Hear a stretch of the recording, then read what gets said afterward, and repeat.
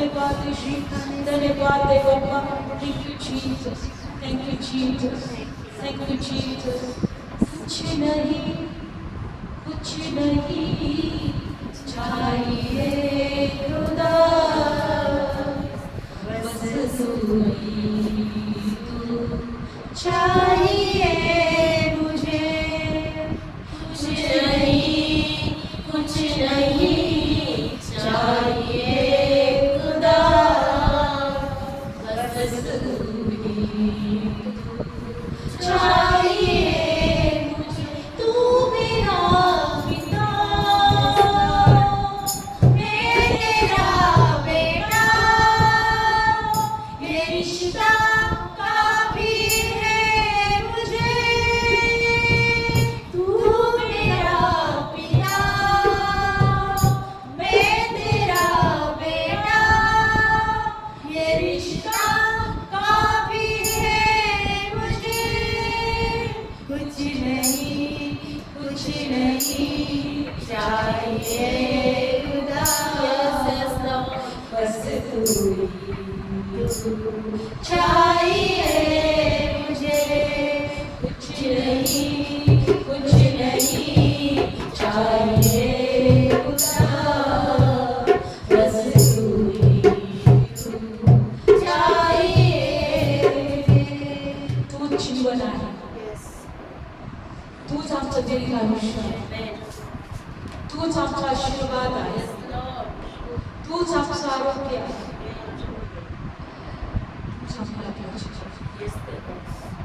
सार्वजनिक जीवनाची वचन तुला सोडून आम्ही कुठे होय प्रभू तू आमचा आश्रय आहे आमचं शरणस्थान आहे आमचा आधार आहे जसं स्तोत्र संहिता लिहिणारा म्हणतो की परमेश्वर माझा प्रकाश माझ्या जीवनाचं बळ तो माझा आधार आहे माझं शरणस्थान आहे मी कुणाचं भय शत्रूने जरी मला वेढलं वृत्ती प्रसंग जरी माझ्यावर ओढवला तरी मी घाबरणार नाही मी देवाकडे एकच प्रार्थना करेन की तुझ्या मंदिरात माझी दृष्टी व्हावी तुझी सुंदरता आणि तुझं मनोहर रूप मी पाहतो धन्यवाद प्रभू जे वचन आता घेणार प्रभू शिकव प्रभू आम्हाला पवित्र आत्मा तू शिकव पवित्र आत्मा तू चालव पवित्र आत्मा तू आमच्याद्वारे बोल प्रभू आमच्या मुखाद्वारे तू बोल प्रभू शब्द तुझे असते होय तू आमचा उत्तम शिक्षक आहे पवित्र आत्मा तू आमचा उत्तम शिक्षक आहे तू आम्हाला सर्व येशूपासून घेऊन शिकवतोस आणि ते शिक्षण आमच्या जीवनात कार्य ते शिकवलेलं वचन देवा आमच्या जीवनात कार्य आमच्या जीवन आशीर्वाद आमेन प्रभू येशूच्या नावाने प्रार्थना करते आमेन प्रेज द लॉर्ड येशू मसीह की जय आज आपण वचन बघणार आहोत बायबल मध्ये दिलेलं आहे की आज या दिवसांमध्ये आपण होईल तेवढा प्रयत्न करूया देवाच्या पायाजवळ बसायला देवाला शोधायला कारण की देवाचं वचन सांगत आहे की कदाचित अशी परिस्थिती येऊ शकते आणि प्रभूविषयी आम्ही अडखळू शकतो प्रभूविषयी काय करू शकतो आम्ही अडखळू शकतो आणि म्हणून या वचनातून बघणार आहोत की जेव्हा आम्ही प्रार्थना एकत्र येतो जेव्हा आम्ही देवाच्या पायाजवळ बसतो तेव्हा विशेष परमेश्वर आम्हाला काहीतरी शिकवत असतो देवाचं वचन आम्हाला आमच्या शिक्षणासाठी आहे कशासाठी आहे शिक्षणासाठी या वचनाद्वारे आम्ही बोध घ्यावा आणि जसं या वचनांमध्ये वचनातल्या लोकांनी केलं तसं आम्ही करू नये आमच्या बोधासाठी हे वचन आहे प्रेज द लॉर्ड म्हणून ह्या दिवसांमध्ये आम्ही देवाच्या पायाजवळ जर आलो तर नक्कीच देव आम्हाला शिकवतो आणि त्याच्या कृपेमध्ये आम्हाला ठेवतो प्रेज द लॉर्ड बघा बायबलमध्ये दिलेलं आहे आपण मत्ती शुभवर्तमान आज या वचनाद्वारे आपण शिकत आहोत येशू विषयी तुम्ही अडखळू शकता. आजचा जो विषय आहे, प्रभू येशू विषयी तुम्ही अडखळू शकता. आणि म्हणून या वचनातून एक शिकत आहोत की योहान कोणाला माहिती? बाप्तिस्मा करणार. योहान जेव्हा त्याचा जन्म होणार होता तेव्हा जखर्याला, त्याच्या बापाला परमेश्वरचा देवदूत भेटला. परमेश्वरच्या मंदिराजवळ देवदूताने त्याला दर्शन दिलं आणि दर्शन देऊन सांगितलं की जखर्या, या वयामध्ये, या म्हातारपणामध्ये परमेश्वर तुला एक लेकरू देत आहे, तू त्याचं नाव योहान ठेव आणि तो त्याच्या पुत्राविषयी घोषणा करेल, स्वर्गाच्या राज्याविषयी घोषणा करेल. तर प्रभूचा मार्ग नीट करा, प्रभूचा मार्ग नीट करा, परमेश्वराचा मार्ग नीट करा. प्रभू येत आहे आणि तो परमेश्वरच्या राज्याची घोषणा करेल आणि परमेश्वरच्या पुत्राची तो घोषणा करेल. बायबलमध्ये दिलेला आहे की हा जो निरोप होता स्वर्गातून योहानाला, जखर्याला योहानाविषयी सांगितलं होतं. आणि जेव्हा जखर्याने विश्वास ठेवला नाही, तो म्हटला मी तर म्हातारा आहे, माझी पत्नी पण आता म्हातारी झाली आहे. आणि त्याच्यामुळे काय झालं माहिती? तो देवदूत त्याला म्हटला की जोपर्यंत बाळ होणार नाही तोपर्यंत तू भुकाच राहशील. काय होशील तू? म्हणून आम्ही प्रत्येक वचनावर विश्वास ठेवणं गरजेचं आहे, नाहीतर आमचं तोंड पण बंद होऊन गेलं जाईल. आणि म्हणून बायबल सांगतं की बघा, हा जो योहान याच्याविषयी स्वर्गातून देवदूत सांगतो की तो येणार आहे आणि तो कशा प्रकारे असणार. तो जंगलातच राहणार, तो देवाची वाणी असणार आहे, तो प्रभूचा मार्ग तयार करण्याची घोषणा करणार आहे, स्वर्गाच्या राज्याची घोषणा करणार आहे. पण तुम्हाला माहिती आहे हे सगळं झालं. आज आम्हाला या वचनातून एक गोष्ट शिकत आहे.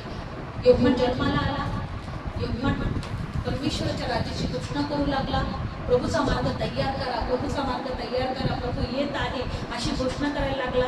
पण जेव्हा योहान तुरुंगामध्ये त्याला टाकण्यात आला तेव्हा योहान म्हणाला येशूविषयी, योहान येशूविषयी विचार करायची गोष्ट आहे. आज आपण योहानाविषयी शिकूया. योहान किती विश्वास ठेवत होता, योहान येशूविषयी सांगत होता आणि योहान स्वतः अडखळू शकतो प्रभू येशूविषयी. तुरुंगात टाकल्यावर काढूया कोणते वचन? मत्ती शुभवर्तमान 11वा अध्याय 35 वचन. मत्ती शुभवर्तमान 11वा अध्याय 35 वचन.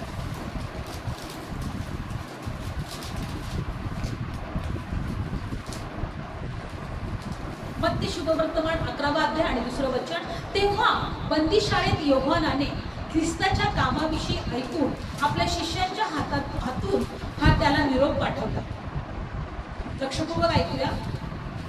त्याला म्हटले, जो येणारा तो तूच आहेस काय, किंवा आम्ही दुसऱ्याची वाट पाहावी?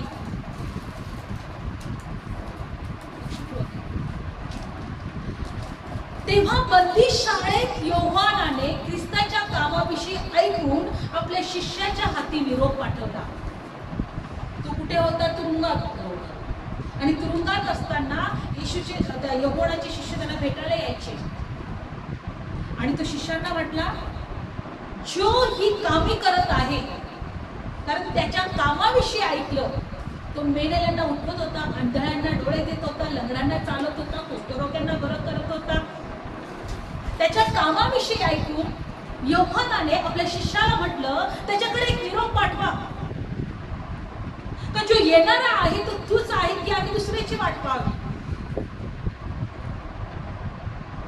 इतकी गोष्ट येशूविषयी करत होता तो. आपण बघूया काय काय गोष्ट करत होता. योहान कसं काय अडकू शकतो? येणारा तो तूच आहेस का आम्ही दुसऱ्याची वाट पाहावी? येशूने त्याला काय उत्तर दिलं? 4 वचन. येशूने त्याला उत्तर देऊन म्हटले, जे तुम्ही ऐकता आणि पाहता ते योहानाला जाऊन सांगा. आंधळे दृष्टी पावतात, पांगळे चालतात, कुष्ठरोगी बरे केले जातात, बहिरे ऐकतात, मेलेले उठवले जातात, गोरगरिबांना शुभवर्तमान सांगण्यात येत आहे. आणि जेव्हा कोणी माझ्याविषयी अडखळत नाही तो आशीर्वादित आहे. जो कोणी माझ्याविषयी अडखळत नाही तो आशीर्वादित आहे. तो अडखळला. आज प्रभूच्या वचनातून एक गोष्ट आम्हाला शिकायचं आहे की आमचा देह आम्हाला प्रभूसाठी अडखळवे किंवा अडखळवायला लागले. Praise Lord. आमचा देह आम्हाला प्रभूविषयी अडखळवायला लागले, कारण आमचा देह जो आहे नेहमी संशय घेणारा आहे. आमच्या जीवनात चांगलं झालं, वा वा प्रभू किती चांगला आहे, प्रभूने मला आरोग्य दिलं, प्रभूने मला आशीर्वाद दिला, प्रभूने मला असं केलं, प्रभूने मला तसं केलं. आमची परिस्थिती बिघडली, देवा तू आहेस की नाही? तू माझ्या प्रार्थना, तू खरंच असतास तर माझी प्रार्थना ऐकली असती. तुला माझी परिस्थिती बघत बघत दिसत नाही का? माझा त्रास दिसत नाही का? माझं दुखणं दिसत नाही का? माझ्या जीवनातल्या जे काही गोष्टी चालू आहेत, माझ्या त्रासातले, दुःखातून, निराशातून जे काही जात आहे, ते प्रभू तुला दिसत नाही का? आपण पण अडकलो. हा तुरुंगात गेल्यानंतर येशूविषयी अडकळला. आज आम्हाला वचनातून शिकायचं आहे की नाही, मी अडखळणार नाही. माझ्या जीवनातली परिस्थिती कशी पण होते, तो माझा परमेश्वर आणि मी त्याचा लेकरू आहे. तो माझा बाप आणि मी त्याचा लेकरू आहे. आणि त्याने तो मला सांभाळतोय, तो माझी काळजी घेणार, तो मला सगळ्या वाईट परिस्थितीतून बाहेर काढणार, तो माझे अश्रू पुसणार, तो माझी निराशा दूर करणार, तो माझे आजार बरे करणार, त्याच्याद्वारे मी पृथ्वीवर दीर्घ आयुष्य जगणार. तो माझ्या हर एक प्रार्थनेचं उत्तर देणार. मी परिस्थितीकडे पाहणार नाही. माझ्या प्रश्नाचं उत्तर मिळो किंवा नाही मिळो, मी त्याकडे पाहणार नाही. मी अडखळणार नाही. तुरुंगात गेल्यानंतर तो अडखळला. आज बघा कशा कशा प्रकारची त्यांनी घोषणा केली होती येशूविषयी. ऐकूया आपण. बापरे, आपल्याला पण एवढं कळत नव्हतं तेवढं येशू कितीतरी जास्त प्रमाणात, किंवा तो स्वर्गातूनच शिकून आला होता, आईच्या उदरातूनच शिकून आला होता, स्वर्गातूनच. यहोवाला कोणी शिकवणारं होतं का? तुम्ही वाचले का कधी बायबलमध्ये? यहोवाचा कोणी गुरु होता? यहोवा कोणापासून शिकला होता? बघा, सांभाळायचं त्याला. मला पण सांभाळायचे, अडखळायचं नाही, अडखळायचं नाही. बघा यहोवाचे काय काय त्याचं प्रभूविषयी काय सांगत होतं. तो 32 वर्तमान 3रा अध्याय. येशूविषयी कशा प्रकारे तो घोषणा करत होता. Praise the Lord. येशूविषयी कशा प्रकारे तो घोषणा करत होता आपण बघूया. 3रा अध्याय, मत्ते शुभवर्तमान 3रा अध्याय. त्या दिवसांमध्ये बप्तिस्मा करणारा योहान यहूद्याच्या रानात उपदेश करीत आला. तो म्हणाला, पश्चाताप करा, कारण स्वर्गाचं राज्य जवळ आलं आहे. एशिया संदेशाच्या द्वारे ज्याच्याविषयी सांगितले तो हाच आहे. त्याने म्हटले होते की रानात ओरडणाऱ्याची वाणी, प्रभूचा मार्ग तयार करा, त्याच्या वाटा नीट करा. कोण शिकवत होतं हे? योहान. बघा यौवनाविषयी काय सांगितलं. त्याचे यौवनाचे वस्त्र उंटाच्या केसाचे होते, कातड्याचा कमरबंद त्याच्या कमरेला होता, टोळ आणि रानमध हे त्याचे खाणे होते. याचा अर्थ तो कधीही घरांमध्ये राहिला नाही, तो वस्तीमध्ये राहिला नाही, रानांमध्ये राहत होता. टोळ आणि मध त्याचे खाणे होते. तेव्हाच त्याच्यापासून तो वाढला. पुढे तेव्हा यरूशलेम आणि सर्व यहुद्या, यार्देनाच्या आसपासच्या सर्व भाग हे बाहेर निघून त्याच्याकडे गेले. त्याने आपले पापे बदली घेऊन यार्देन नदीमध्ये त्याच्यापासून बप्तिस्मा घेतला. परंतु परुषी, सदुकी यांच्यापैकी पुष्कळांना बप्तिस्मासाठी येताना पाहून तो त्यांना म्हणाला, अहो सापाच्या पिल्लांनो, होणाऱ्या क्रोधापासून पळायला तुम्हाला कोणी सुचवले? तर पश्चातापास योग्य असे फळ द्या. आणि अब्राहम आमचा बाप आहे असे म्हणण्याचा विचार तुम्ही मनात करू नका, कारण मी तुम्हाला सांगतो, देव अब्राहमासाठी दगडापासून लेख निर्माण करायला समर्थ आहे. आता झाडाच्या मुळाशी कुऱ्हाड ठेवली आहे. जे जे झाड चांगले फळ देत नाही ते तोडून टाकण्यात येईल. पश्चातापासाठी मी पाण्यात तुमचा बप्तिस्मा करतो, परंतु जो माझ्या मागून येतो तो माझ्यापेक्षा समर्थ आहे. त्याच्या वाहायला मी योग्य नाही. तो पवित्र आत्मा तुमचा अग्नीत तुमचा बप्तिस्मा करेल. त्याचे सूप त्याच्या हातात आहे. तो आपले खळे अगदी निर्मळ करेल आणि आपले गहू कोठारात साठवेल, पण धूस न विसणाऱ्या विस्तवात टाकून देईल. यौवनाने येशूशी सांगितले की माझ्या मागून जे येत आहे तो समर्थ आहे. त्याच्या वाहनाचा बंद सोडवायला सुद्धा मी योग्य नाही. कोणतीच परिस्थिती येशूविषयी आम्हाला अडखळत देऊ नका. अजून त्याच्याविषयी काय सांगत होता? यौवन पहिला अध्याय 29 वचन काय सांगत होता पाहूया. किती यौवनाविषयी प्रभू येशूविषयी त्याच्यामध्ये जे परमेश्वराने जे ज्ञान टाकलं होतं ते ज्ञान तो लोकांना सांगत होता, ते ज्ञान तो लोकांना शिकवत होता. यौवन शुभवर्तमान पहिला अध्याय आणि 29 वचन. दुसऱ्या दिवशी बघा ख्रिस्ताविषयी तो यौवनाची काय साक्ष होती, ख्रिस्ताविषयी यौवनाची काय साक्ष होती. यौवन शुभवर्तमान पहिला अध्याय 29. दुसऱ्या दिवशी त्याने येशूला आपल्याकडे येताना पाहून म्हटले, पहा हा पहा जगाचे पाप उचलून वाहून नेणारा देवाचा पुत्र. येशूला आपल्याकडे येताना पाहून म्हटले. त्याच्या शिष्यांना तो शिकवत होता. कोण शिकवत होता? यौवन. जेव्हा येशूला त्याने आपल्याकडे येताना पाहिलं, शिष्यानं म्हटला, हा पहा जगाचा पाप वाहून नेणारा देवाचा पुत्र. येशूला त्यांनी जगाचा पाप वाहून नेणारा कोकरा म्हटला आणि तो एक याजक म्हटला. येशू एक कोकरा होता म्हणून बाप्तिस्मा करताना त्याने येशूवर हात ठेवले. याचा अर्थ असा होता की ज्या वेळेस मेंढराला किंवा एखादा कोकरा पापाचं यज्ञ अर्पण किंवा पापाचा बळी देत होते, तेव्हा याजक लोक त्या कोकरावर हात ठेवायचे आणि म्हणायचे की संपूर्ण जगाचे पाप या कोकरावर आम्ही टाकत आहोत आणि मग त्याला बळी दिले जात होते. बाप्तिस्मा करताना यौवन आणि येशूच्या डोक्यावर हात ठेवला. तो एक याजक म्हटला आणि संपूर्ण जगाचे पाप प्रभू येशूवर ठेवण्यात आले. यौवनाचे शिष्य त्याच्यामध्ये यौवनाचं पहिलं पत्रामध्ये दिलेलं आहे. तो आमच्या पापाचं दुसरा अध्यायामध्ये तो आमच्या पापाचा प्रायश्चित्त आहे. आमच्याच नाही तर संपूर्ण जगाच्या पापाचा प्रायश्चित्त तो आहे. आणि म्हणून जगातल्या लोकांनी जेव्हा येशूवर विश्वास ठेवतील तेव्हा त्यांना क्षमा प्राप्त होईल आणि त्यांना सार्वकालिकाचं जीवन मिळेल. हा जगाचा पाप वाहून नेणारा कोण होता? देवाचा कोकरा. देवाने आपल्या कोकराला पाठवलं होतं जगाचे पाप वाहण्यासाठी. पुढे तो काय सांगतोय? माझ्या मागून एक पुरुष येत आहे, तो माझ्या पुढे झाला आहे, तो माझ्या पूर्वी होता, असे ज्याच्याविषयी मी सांगितले तो हाच आहे. हे सगळं कधी सांगत होता? तुरुंगाच्या ठिकाणी. माझ्या मागून जो येणार आहे किंवा माझ्या पूर्वीच तो होता. त्याच्या अगोदरपासून प्रभू होतो की नाही, तिच्या प्रारंभापासून प्रभू आहे, तोच परमेश्वर. आणि म्हणून तो काय म्हणतो की मी त्याच्याविषयी सांगत आहे तो हाच आहे. म्हणून तुम्ही येशूला जेव्हा ओळखता असं म्हणू नका मी खूप ओळखतोय. अरे कधी अडकशील तुला पण कळणार नाही.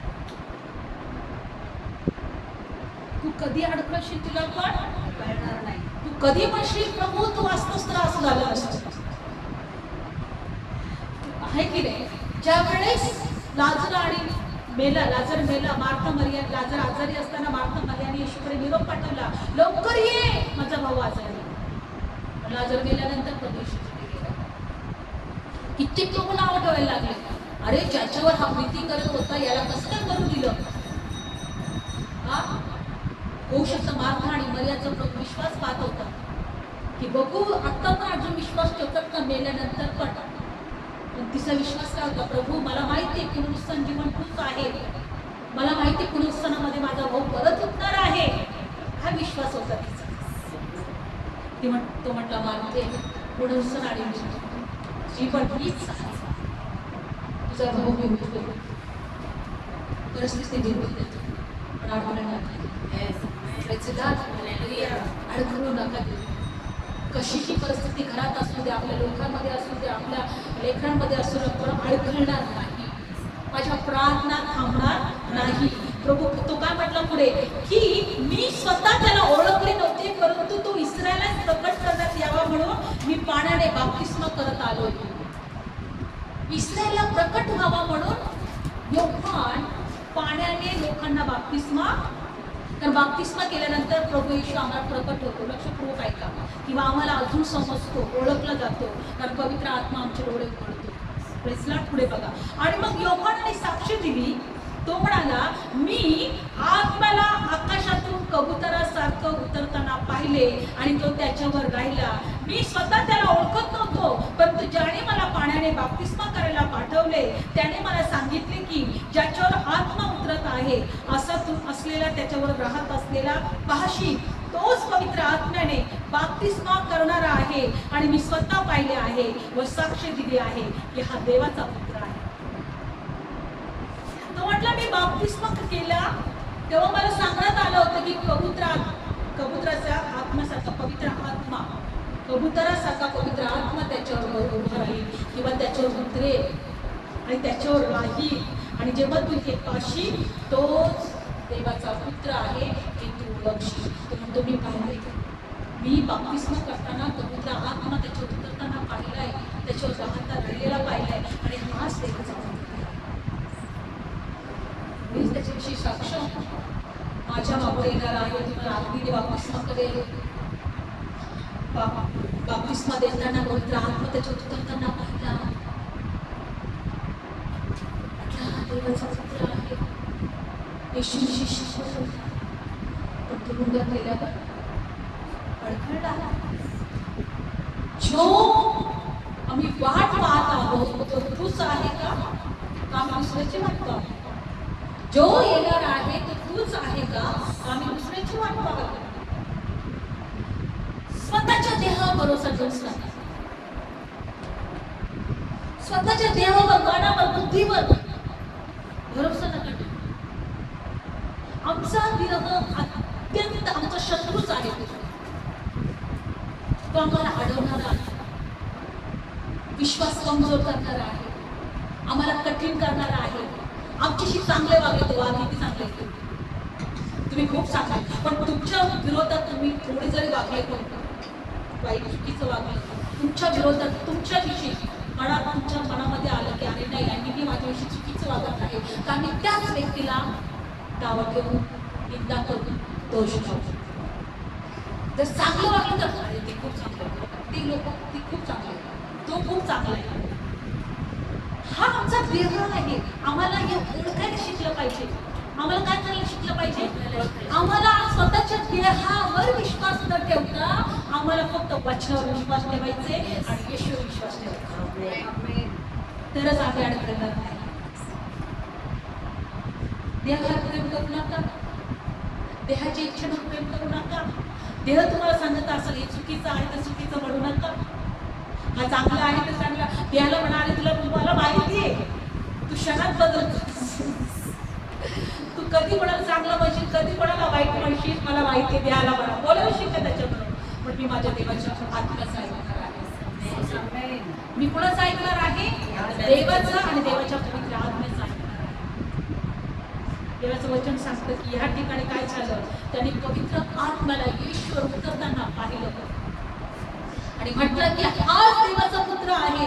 आणि एवढंच नाही तर बायबलमध्ये दिलेलं आहे की बायबलमध्ये दिले की तो स्वतः काय म्हटला, योहान शुभवर्तमान 3 अध्यायामध्ये अजून तो काय म्हटला, काढू आपण वचन. योहान शुभवर्तमान 3 अध्याय आणि 22 वचन. या गोष्टी झाल्यानंतर येशू त्याचे शिष्य यहूदा देशात आले आणि तिथे त्यांच्याबरोबर राहून तो बाप्तिस्मा करत होता. येशू बाप्तिस्मा करत होता. पुढे काय झालं, शालिमा जवळची एनोन येथे पुष्कळ पाणी होते म्हणून येथे योहानही बाप्तिस्मा करत होता. लोक येऊन योहानाकडून बाप्तिस्मा घेत होते. योहान अजून तुरुंगात घातलेला नव्हता.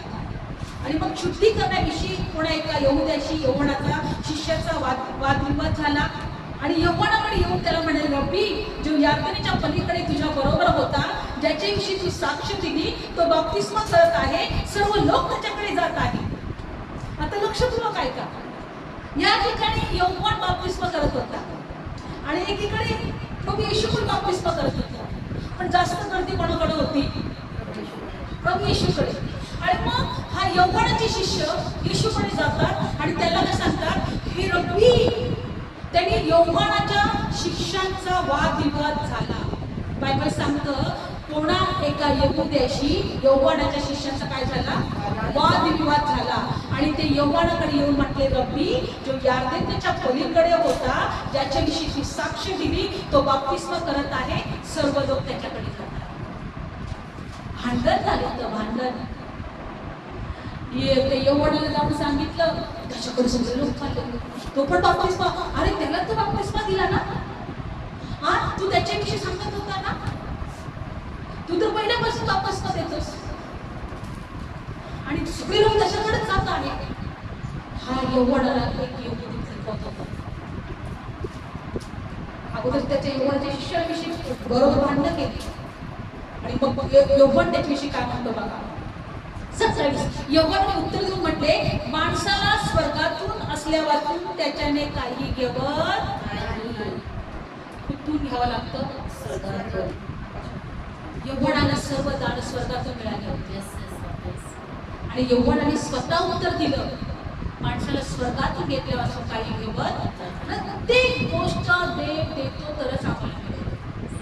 पुढचं वचन, मग मी ख्रिस्त नाही तर मी त्याच्या पुढे पाठवलेला आहे असे मी म्हटले, याबद्दल तुम्ही स्वतःविषयी साक्ष देता. ज्याला वधू आहे तो वर आहे. जो वराचा मित्र उभं राहून भाषण ऐकतो आणि त्याला वराच्या शब्दावरून आनंद होतो, म्हणून हा माझा आनंद पूर्ण केलेला आहे. त्याने वाढायला पाहिजे, ती कमी व्हायला पाहिजे. योहान म्हटला, ज्याला वधू आहे तो वर आहे, पण मी वराचा मित्र आहे.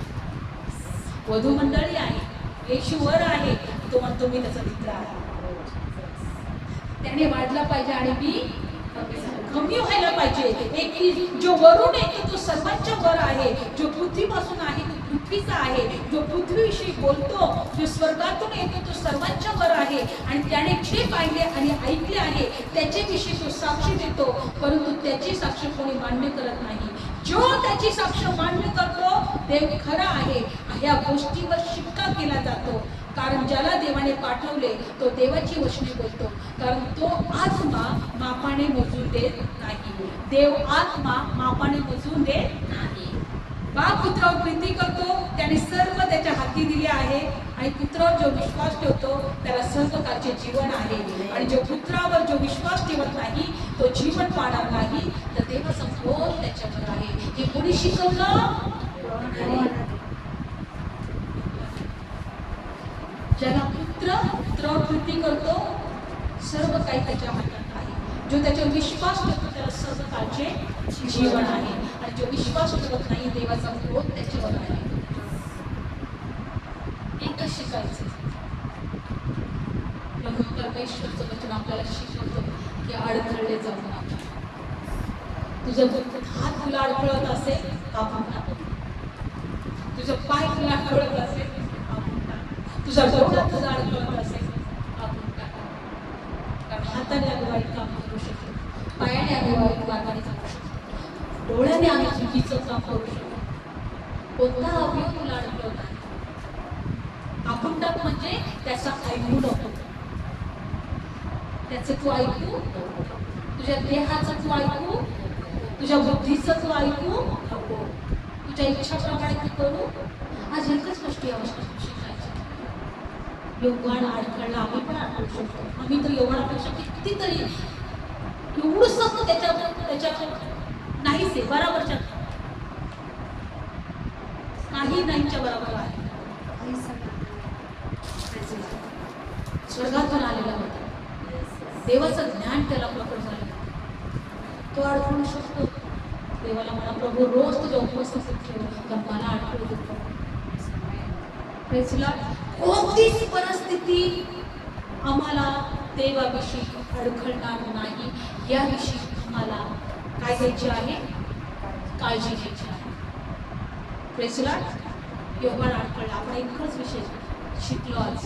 योगान अडखळला, प्रार्थना करू, प्रभू आम्हाला अडखळू देतो. येस, रोज तुझ्या उपस्थितीमध्ये बंद करतो, कारण तोच जीवन देणारा आहे, तोच परमेश्वर आहे. त्याच्याशिवाय आमचं जीवन व्यर्थ आहे. प्रार्थना करू आपण, प्रभू मला अडखळू देतो. प्रभू मी स्वतःच्या बुद्धीवर विश्वास ठेवला नाही. बायबल सांगतात स्वतःच्या बुद्धीवर टेकू नको, स्वतःच्या बुद्धीवर अवलंबून राहू नको. होय, आमची बुद्धी आम्हाला फसवणारी आहे, आमची बुद्धी आम्हाला दे बाप्पा चुकीचे आणि वाईट मार्ग करणारी आहे. बायबलमध्ये दिले ना, देवावर भरोसा ठेवू, स्वतःच्या बुद्धीवर भरोसा ठेवू नको. प्रभू तू आम्हाला शिकवतो. आमचा देह, आमची बुद्धी आम्हाला देवाविषयी अडखळायला लागेल, पण पवित्र आत्मा तू आम्हाला सांग, तू आम्हाला शिकव, तू आम्हाला या दिवसांमध्ये देवाच्या उपस्थितीमध्ये सर्व अडखळणारी बुद्धी प्रभू येशूच्या नावामध्ये आम्ही बांधतो, तोडतो आणि नाश. धन्यवाद येशू, धन्यवाद येशू. Thank you Jesus. धन्यवाद येशू, धन्यवाद येशू. Hallelujah, hallelujah, hallelujah. धन्यवाद, धन्यवाद, धन्यवाद, धन्यवाद. Thank you Jesus. डोळे बंद ठेवूया. आज प्रार्थना करत आहोत. अडखळणारा मन येशूच्या नावाने नाश केला, अडखळणारी बुद्धी येशूच्या नावाने नाश केला. आज पवित्र आत्म्याची उपस्थिती, पवित्र आत्म्याचं सामर्थ्य, पवित्र आत्म्याचा अभिषेक आमच्या भोवती काढतो. धन्यवाद येशू, धन्यवाद येशू. अभिषेक कर, अभिषेक कर, अभिषेक मुझे तू कर.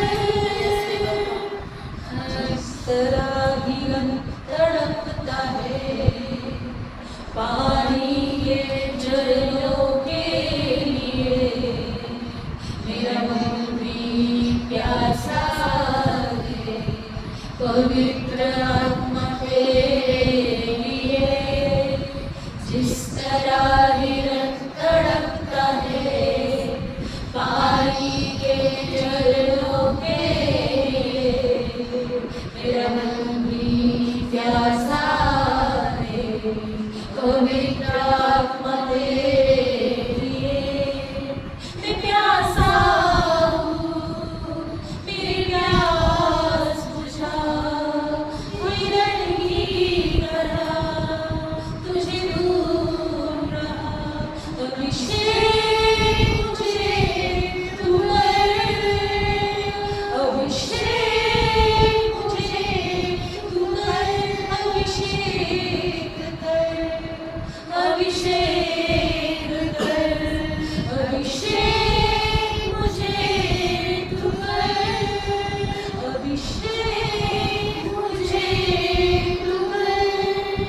जीवन के बोझ तले मैं यूं ही दबा रहा, जीवन के झरनों से प्रभु मैं अनजान रहा.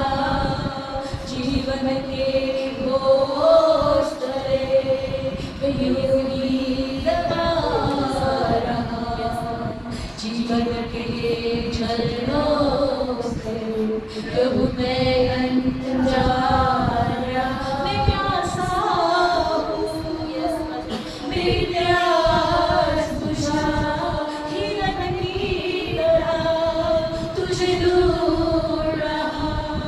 अभिषेक मुझे तू कर, अभिषेक मुझे तू कर, अभिषेक कर, अभिषेक कर, अभिषेक मुझे तू कर, अभिषेक मुझे तू कर. अडकणारा आत्मा, अडकणारा देह, अडकणारी बुद्धी, अडकणारा मन येशूच्या नावाने आम्ही बांधतो, तोडतो आणि नाश करतो. आणि तुझी समज तुझ्या आत्म्याची देवा आम्ही आमच्या स्पर्श कर. आमच्यातल्या हर एक कमजोरी काढून टाक. आमच्यातल्या देवा आर्थिक प्रॉब्लेम काढून टाक. आमच्यातल्या आजार येशूच्या नावाने देवा आमच्यामध्ये परमेश्वर देवा पवित्र आत्म्याचं सामर्थ्य असू दे. आमच्या जीवनामध्ये देवा पवित्र आत्म्याची उपस्थिती असू दे. आमच्यामध्ये परमेश्वर रोज तुझं ज्ञानाने आम्ही भरले जाऊ. नवा मनुष्य ख्रिस्ताच्या स्वरूपाचा आमच्यामध्ये तयार होतो, आमच्यामध्ये निर्माण केला जातो. नवं मन प्रभू जे देवाचं मन आहे येशूच्या नावात आमच्यामध्ये आम्ही स्वीकारतो. या प्रार्थनेच्या द्वारे, या वचनाद्वारे प्रत्येक व्यक्तीला आशीर्वाद दे, प्रत्येकाला तुझ्या कृपेत घे, प्रत्येकाच्या इच्छा पूर्ण कर प्रभू येशूच्या नावात. प्रत्येक इच्छा पूर्ण केल्या जाईल, प्रत्येक प्रार्थना ऐकल्या जाईल येशूच्या नावामध्ये. धन्यवाद प्रभू, सर्व गौरव आम्ही तुला देतो आणि सर्व प्रार्थना प्रभू येशूच्या नावाने मागतो. आमेन. Praise the Lord.